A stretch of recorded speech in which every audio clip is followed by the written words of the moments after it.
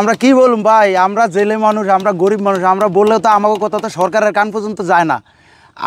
আমরা মিডিয়ারে অনেক কিছু বলি, আমাকে মনের কথা বলি, কিন্তু সরকারের কানে যায় না। যাইলে আমাকে সরকারে আমাকে এই ভাগ্যটা পরিবর্তন করতে পারে। আমরা জেলে আমরা সারাদিন রাত্রে যান প্রাণ কষ্ট করিয়া আমরা মাছ মারি, কিন্তু এইবার দুর্যোগের কারণে কয়দিন পর পর সিঙ্গেল আসে।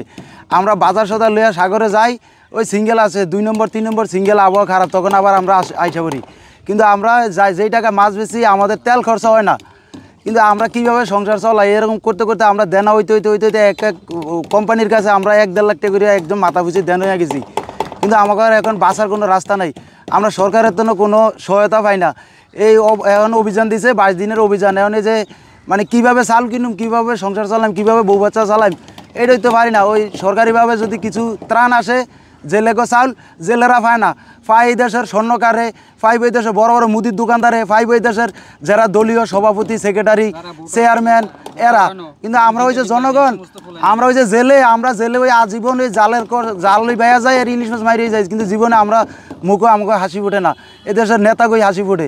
এতে আমাকে আর কথা জানিয়ে লাগবে, আমার কষ্টের কথা এই দেশের সরকারও শোনে না, আর এলাকায় এমপি মন্ত্রীরাও শোনে না।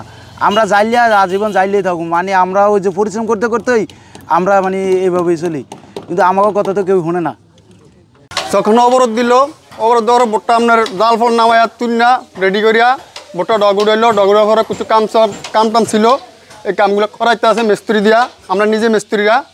তো এই মানে কাম কাজ করার পরে বোটটা ফোড়া দিব, ফোড়া দেওয়ার পরে আলকাতা দেওয়ার পর বোটটা নামাইব, নামাইয়া জাল টাল ভরবো, ভরার পরে বাকি যুগে আসলে এবার মাঝি সাগরে যাবে মাছ ধরার জন্য অবরোধের পরে।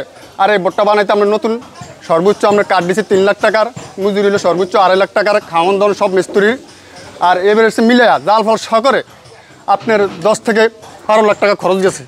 এটা আপনার সাম্রাজ্যের ডগ, বোটগুলো সাম্রাজ্যের ডগে উঠলে আমরা ডগ করার পরে বোটগুলো পানিতে নামার পরে সাম্রাজ্য ওইখানে ঘাট আছে, ঘাটে নিয়ে আপনার জাল টাল ভরে আবার সাগরে চলে যাবো অবরোধের পরে। কিন্তু অবরোধের মধ্যে পাবে না, অবরোধ পরে যাবে।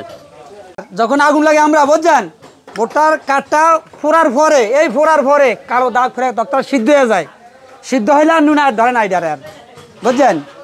তখন মাঝিরা নুনাতন বাসে, সাগরে তো নুনা ভানি এবং নুনা এলে তক্তাটা খাইব না, নাইলে কিন্তু যখন বোটটা ফোড়া না দিব আর কথা দিব, বোটটা নুনা খাইলে ওই তক্তাটা ক্লিয়ার কথা বুঝছেন। এই সব অবস্থাটা বুঝছেন, এই কারণে বোটটা ফোড়া দেওয়ার পরে মানে এই আপনার এই কাকিনের পরেই মানে মেরামত করা দেয়। আমরা আলকাতরা দিই, আলকাতরা কেমিক্যাল আছে, এই কারণে মানে নুনা ধরে না বুঝছেন, আলকাতার সাথে কেমিক্যাল আছে বুঝছেন।